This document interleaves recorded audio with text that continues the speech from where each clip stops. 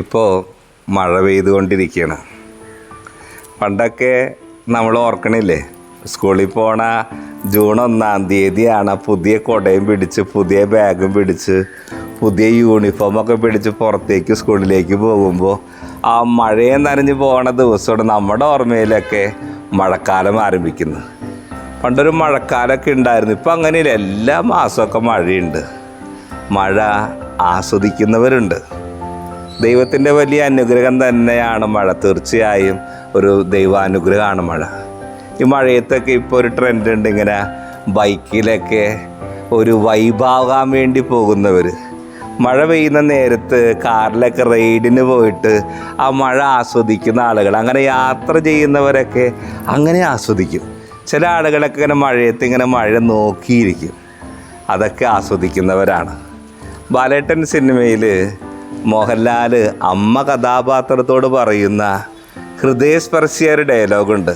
അമ്മേ, മഴയത്ത് കുട നഷ്ടപ്പെട്ടു പോയ കുട്ടിയെപ്പോലെയായിരുന്നു ഞാൻ.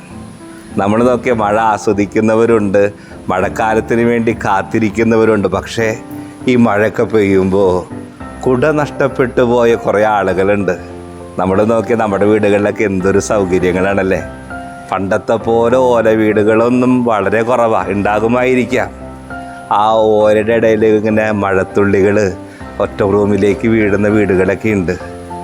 ഓടിട്ട വീട്ടിലെ ചില ഓടുകളും പട്ടികളൊക്കെ പൊട്ടിപ്പോയിട്ട് ആ വെള്ളം മഴക്കാലത്ത് ഇങ്ങനെ പേടിച്ച് നിൽക്കുക, ഏതിലൂടെയാ വെള്ളം വീട്ടിലേക്ക് വരണമെന്ന് നോക്കി നിൽക്കുന്നവരുണ്ട്.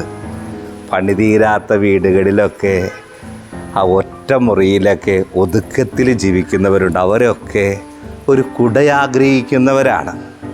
നമ്മളുടെ വലിയ കാരുണ്യത്തിൻ്റെ, വലിയ സഹായത്തിൻ്റെ കുടകൾ ആഗ്രഹിക്കുന്നവർ മഴക്കാലത്തിൽ ഒരുപാടുണ്ട്. സ്കൂളിലേക്ക് പോകുമ്പോൾ നോക്കിയേ, ബാഗില്ലാത്തവരും കുടയില്ലാത്തവരും പുസ്തകമില്ലാത്തവരൊക്കെ എന്തുമാത്രം ഉണ്ടെന്നറിയോ. നമ്മളൊന്ന് കണ്ണ് തുറന്ന് ഒന്ന് നോക്കിയാൽ മനസ്സിലാകും. കണ്ണ് നിറയുന്ന ഒരുപാട് കാഴ്ചകളുണ്ട്.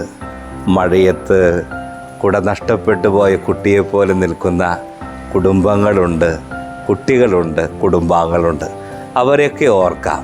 മഴക്കാലം സമൃദ്ധമാണെങ്കിലും ഇതുപോലെയൊക്കെ ക്ലേശങ്ങളുടെ കടന്നു പോകുന്ന എല്ലാ കുടുംബങ്ങളെയും നമ്മളിലൂടെ, നമ്മുടെ സഹായഹസ്തങ്ങളിലൂടെ ദൈവം സമൃദ്ധമായി അനുഗ്രഹിക്കട്ടെ.